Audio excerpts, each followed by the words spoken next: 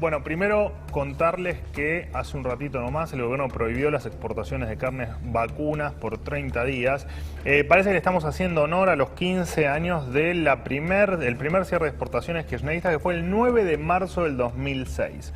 Antes de contarte lo que me parece este cierre de exportaciones, te voy a contar qué pasó la última vez que se cerraron las exportaciones este 9 de marzo por Néstor Kirchner, donde Alberto Fernández era el jefe de gabinete.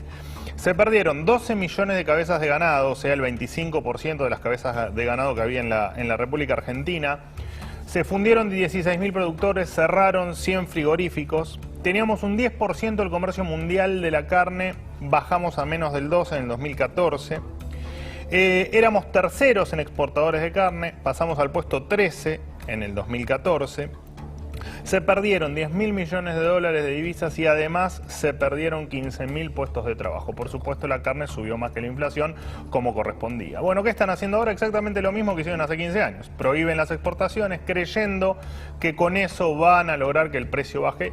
Puede ser que durante estos 30 días tal vez el precio baje porque va a haber más oferta, eso no lo niego. Ahora lo que va a pasar es que cada vez se va a invertir menos recursos en ganadería y lo que va a terminar pasando es que lo vamos a terminar pagando muy caro, como pasó en aquella época. Así que no entiendo por qué siguen con las mismas recetas del pasado que ya fracasaron.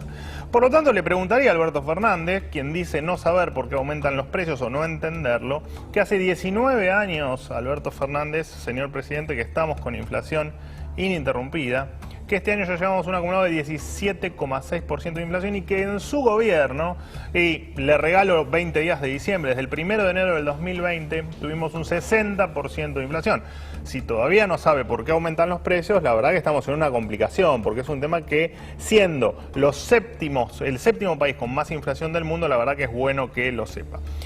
En dos o tres palabritas le voy a comentar que en principio lo que aumentan no son los precios, sino lo que baja es lo que vale el peso, ¿no? Bueno, ahí tenemos en pantalla la frase de Alberto Fernández: me preocupa mucho el aumento de los precios y vengo decidido a atacar ese tema. Parece que con la exportación de carne lo quiere hacer.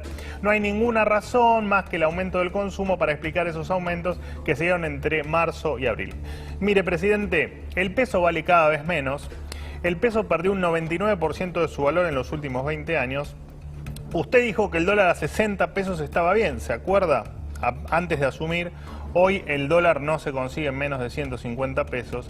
Por lo tanto, hay que entender que un país sin moneda es un país que no va a poder frenar nunca la inflación en moneda doméstica, o sea, en pesos. Y hay que entender también que los países, que son la gran mayoría, que no tienen inflación, porque el problema de la inflación, presidente, se resolvió hace 45 años.